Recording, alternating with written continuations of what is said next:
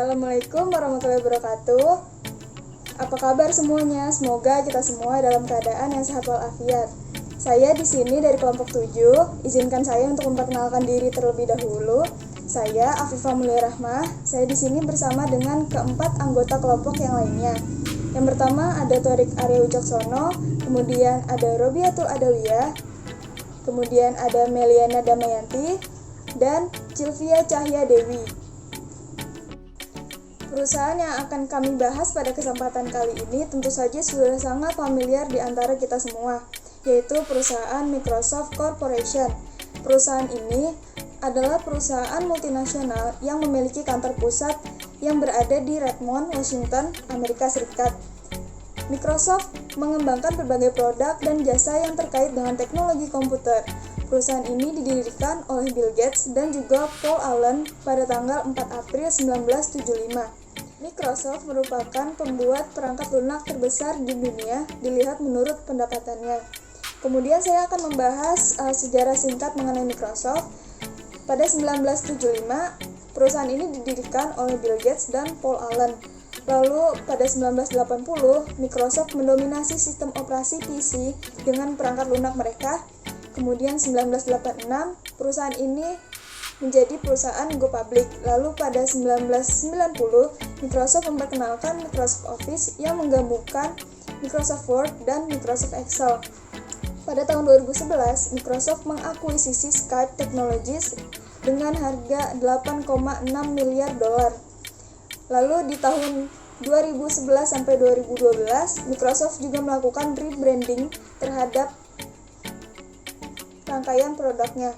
Kemudian di tahun 2012, Microsoft juga memperkenalkan Microsoft Windows 8 dan komputer tabletnya yang bernama Microsoft Surface.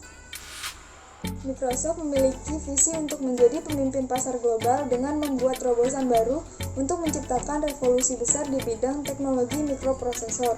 Visi tersebut didukung oleh beberapa misi perusahaan yang dapat kita lihat pada layar. Selanjutnya, matriks yang pertama yaitu IV Matrix atau Internal Factor Evaluation. Berdasarkan namanya, matriks ini adalah ukuran yang digunakan untuk mengevaluasi kekuatan serta kelemahan utama perusahaan dengan cara menganalisa faktor-faktor audit internalnya. Di sini kami telah merumuskan 10 kekuatan dan juga 10 kelemahan dari Microsoft Corporation. Kekuatan dari Microsoft yang pertama yaitu Microsoft merupakan perusahaan perangkat lunak terbesar di dunia dan memiliki rekor pendapatan sebesar 73 miliar dolar pada 2012. Kemudian, Microsoft menawarkan layanan konsultasi cloud berbasis layanan dan sertifikasi pelatihan serta produk online seperti Bing, MSN Ad Center, dan Atlas. Lalu yang ketiga, Microsoft memiliki Skype, beraliansi dengan Nokia, dan baru tahun 2012 memperkenalkan ponsel Windows dan komputer tablet bernama Surface. Lalu kekuatan yang lainnya dapat dibaca pada layar ini. Kemudian kelemahan dari Microsoft yang pertama yaitu penjualan tablet Surface kurang dari 1 juta pada kuartal keempat tahun 2012. Yang kedua, Microsoft sangat bergantung pada penjualan software Windows sebagai pendapatan terbesar perusahaan. Yang ketiga, layanan konsultasi hanya menyumbang sekitar 5% dari total pendapatan pada 2012. Dan ada 7 kelemahan lainnya yang dapat kita baca pada layar. Ke-20 faktor yang telah disebutkan tadi kita ukur menggunakan bobot, rating, dan juga skor. Bobot diisi dengan skala berkisar 0 sampai 1 untuk setiap faktor. Bobot yang diberikan pada suatu faktor menunjukkan kepentingan relatif dari faktor tersebut untuk sukses dalam industri perusahaan. Semua bobot ini, jika kita jumlahkan, maka hasilnya harus setara dengan 1. Kemudian ada rating.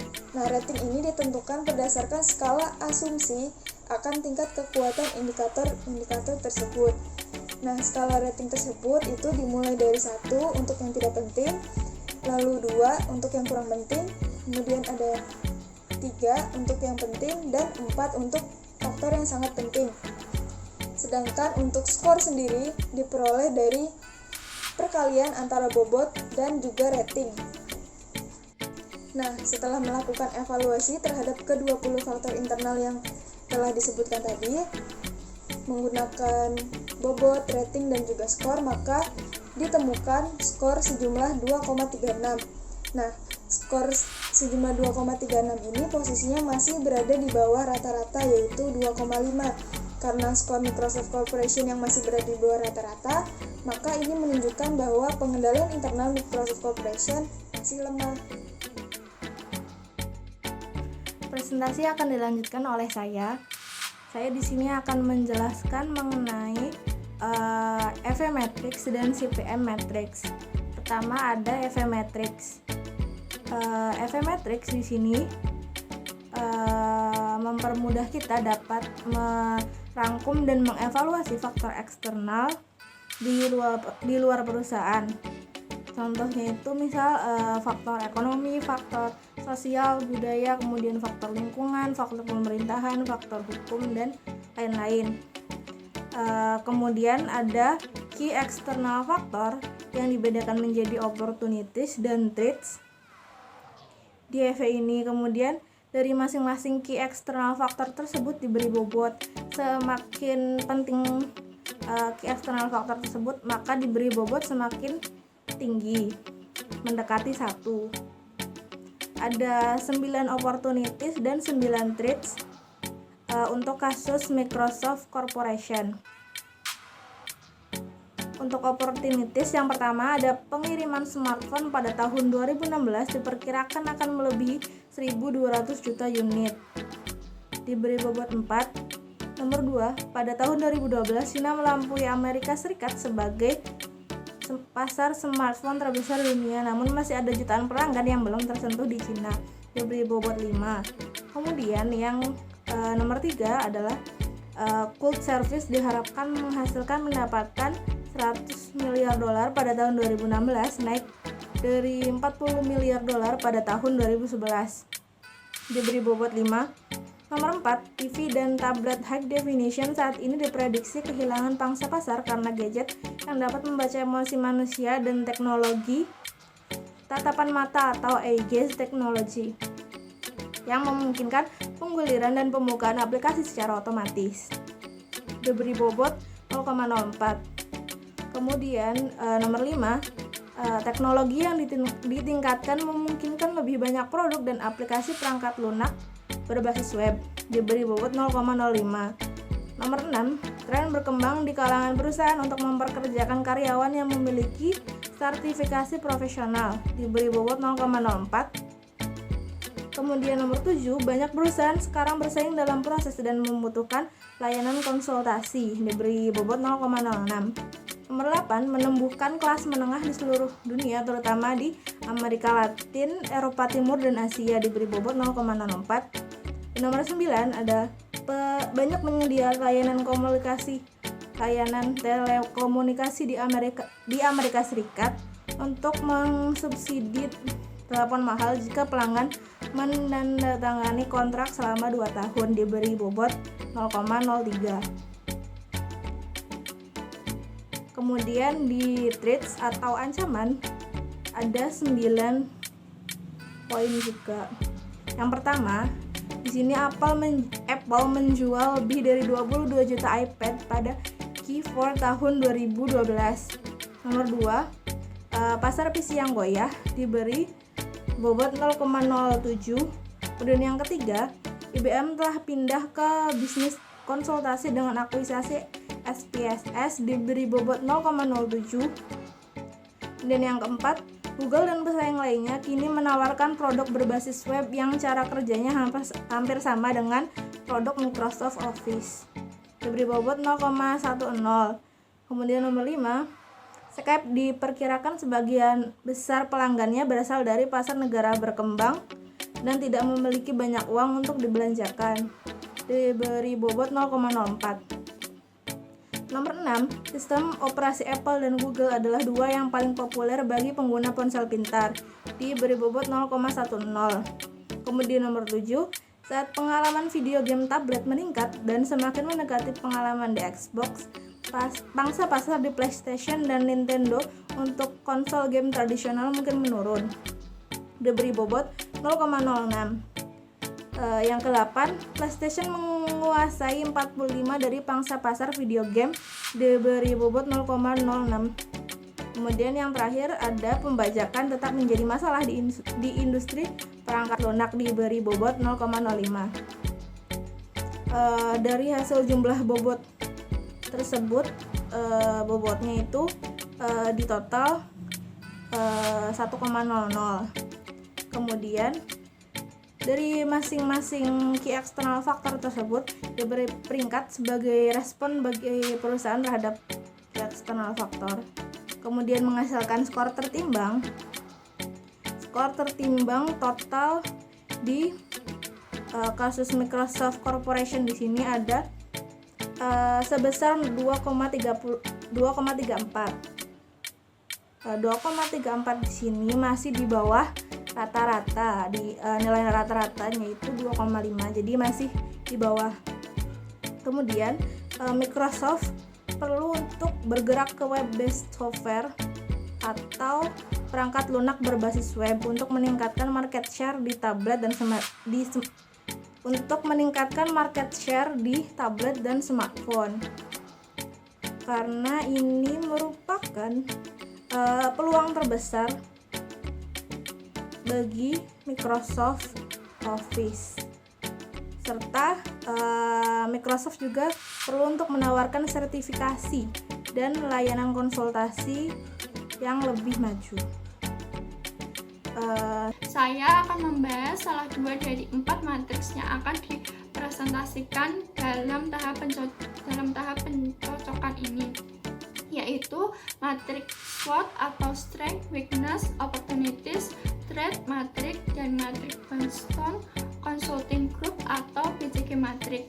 Dalam SWOT Matrix dilakukan pencocokan antara kekuatan dan kelemahan dengan peluang dan ancaman yang telah dijelaskan sebelumnya dan membentuk 4 jenis strategi, yaitu strategi SO, BO, ST, dan WT. Dalam membuat strategi juga diberikan notasi itu merupakan faktor internal dan eksternal yang mana. Yang pertama ada strategi SO. Strategi SO ini menggunakan kekuatan internal perusahaan untuk memanfaatkan peluang eksternal. Salah satu strategi yang dapat dilakukan adalah mengembangkan lebih lanjut program sertifikasi Microsoft. Strategi ini dibuat dengan memanfaatkan kekuatan perusahaan nomor 2, yaitu Microsoft menawarkan layanan konsultasi cloud berbasis layanan dan sertifikasi pelatihan serta produk online. Dan kekuatan perusahaan nomor 4, yaitu divisi server dan peralatan menawarkan alat pengembang, pelatihan dan sertifikasi untuk memanfaatkan peluang eksternal nomor 6, yaitu tren berkembang di kalangan perusahaan untuk mempekerjakan karyawan yang memiliki sertifikasi profesional. Penjelasan terkait notasi pada strategi-strategi yang lain juga menunjukkan faktor internal dan eksternal yang digunakan dalam membuat strategi. Strategi SO yang lain adalah menginvestasikan $100 juta untuk meningkatkan layanan konsultasi. Strategi ini dibuat dengan menggunakan kekuatan perusahaan nomor 1 dan 2 dan memanfaatkan peluang eksternal nomor 7. Kemudian menginvestasikan $200 juta dalam periklanan dan pemasaran untuk mempromosikan ponsel Windows di Amerika Latin. Strategi ini dibuat dengan menggunakan kekuatan perusahaan nomor 3 dan 6 dan memanfaatkan peluang eksternal nomor 1 dan 8. Kemudian yang terakhir, membentuk aliansi dengan penyedia telekomunikasi di Amerika Serikat untuk membantu mensubsidi harga telepon bagi pelanggan yang menandatangani kontrak 2 tahun. Strategi ini dibuat dengan kekuatan perusahaan nomor 1 dan 3 dan memanfaatkan peluang eksternal nomor 9. Strategi kedua itu strategi WO. Strategi ini memperbaiki kelemahan internal dengan memanfaatkan peluang eksternal. Strategi WO yang dapat dilakukan oleh Microsoft adalah yang pertama, menghabiskan $30 juta untuk mempromosikan penjualan Xbox di Amerika Latin.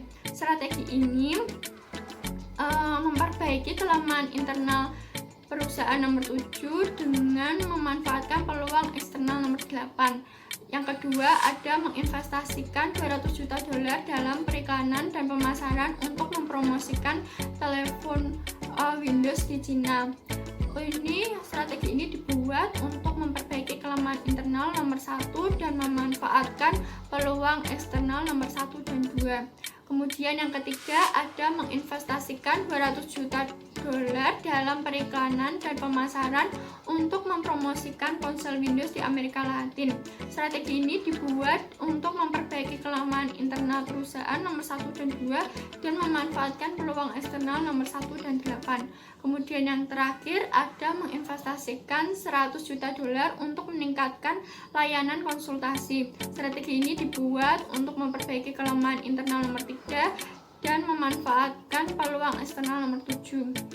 Kemudian jenis strategi yang ketiga itu ada strategi ST, menggunakan kekuatan perusahaan untuk menghindari atau mengurangi dampak ancaman eksternal. Strategi ST yang dapat dilakukan oleh Microsoft, yang pertama menurunkan harga hingga 50% pada tablet Surface. Strategi ini memanfaatkan kekuatan internal perusahaan nomor 3 dan untuk menghadapi ancaman perusahaan nomor 1 dan 6. Kemudian yang kedua, menginvestasikan 100 juta dolar untuk meningkatkan layanan konsultasi.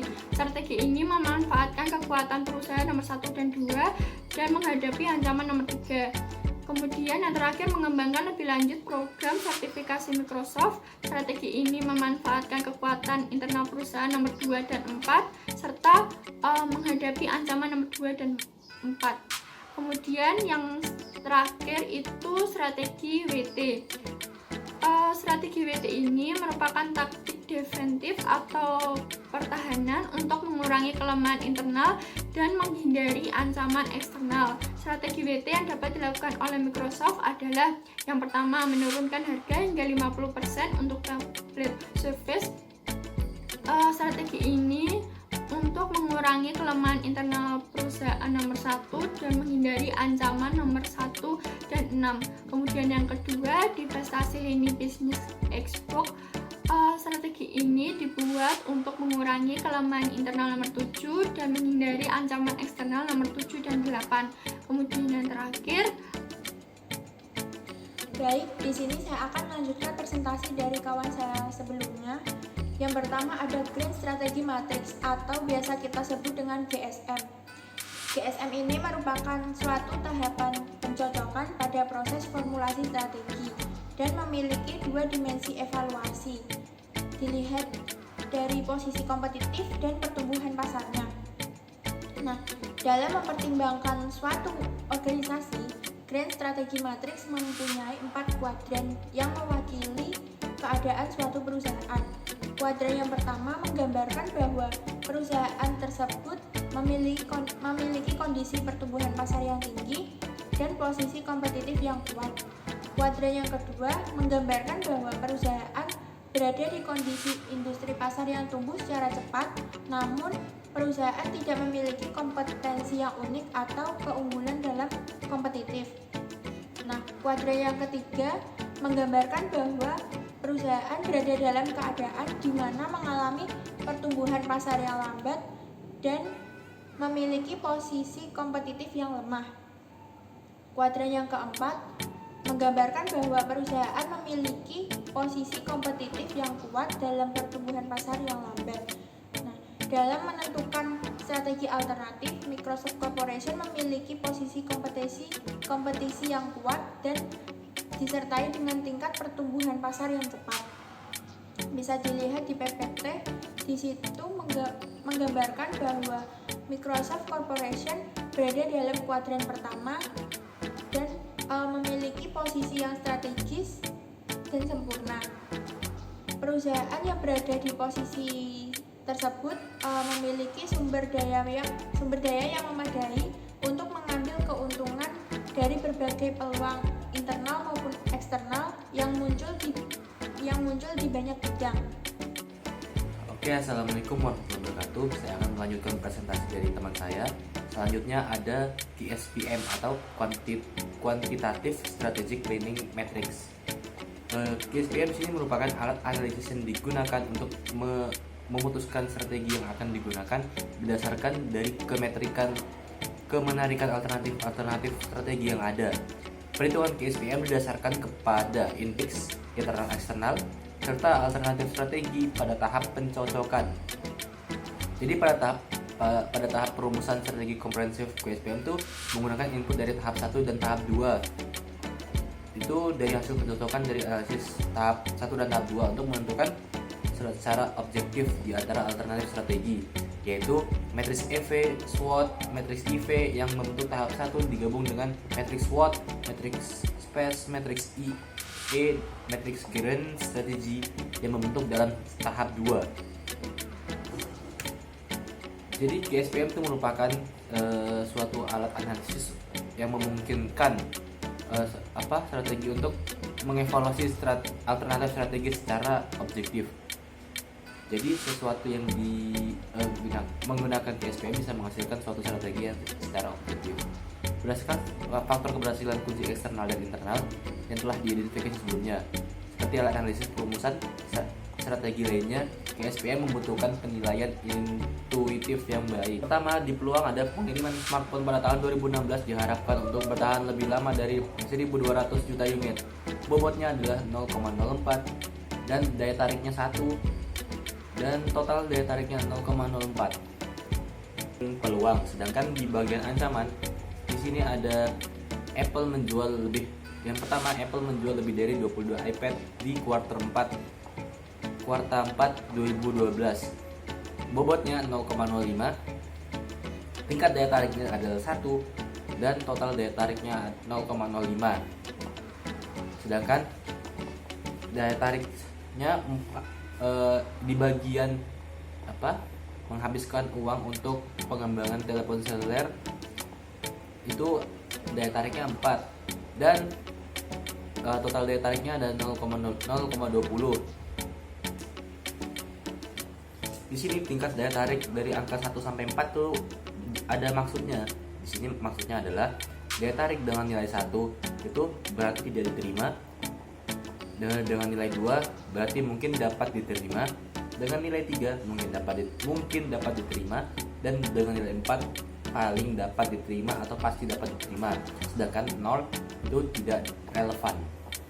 Dari ancaman tadi, nomor 2 kegoyahan pasar PC itu tingkat daya tariknya adalah 4.